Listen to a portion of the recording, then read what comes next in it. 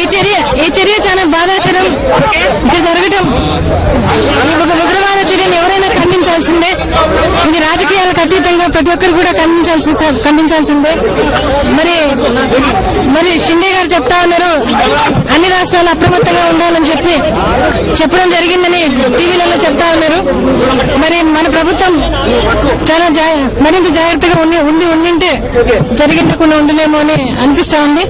కానీ ఇప్పటికి రెండు చోట్ల మాత్రమే బయటపడినాయి అంటున్నారు. 7 చోట్ల ఉన్నాయని చెప్తా ఉన్నారు. అవి ఎక్కడెక్కడ ఉన్నాయో త్వరగా ప్రభుత్వం అప్రమత్తమై వాటిని ఎక్కడున్నాయో తీసేసి మన రాష్ట్రాన్ని మన ప్రజలను కాపాడాల్సిన బాధ్యత ఉందని ప్రభుత్వాన్ని కూడా మనవి చేస్తా ఉన్నాం. చాలా బాధగా ఉందమ్మా వినడానికి చూడటానికి కూడా.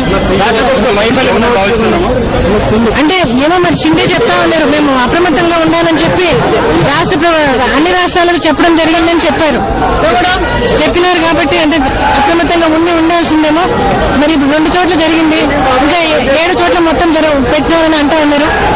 రాష్ట్ర ప్రభుత్వం ఇప్పటికీ అన్ని చోట్ల ఎంక్వైరీ చేసి అతి జాగ్రత్తగా తీసుకుని మన ప్రజలను కాపాడాల్సిందిగా మనవి చేస్తున్న ప్రభుత్వానికి. ప్రజలందరూ కూడా ధైర్యంగా ఉండాలని ప్రజలు కూడా మనవి చేస్తా ఉన్నారు.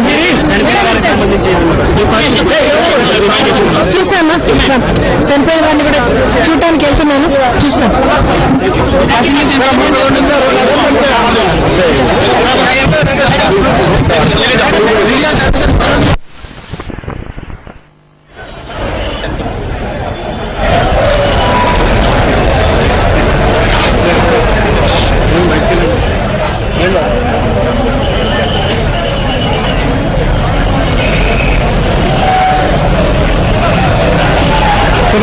चल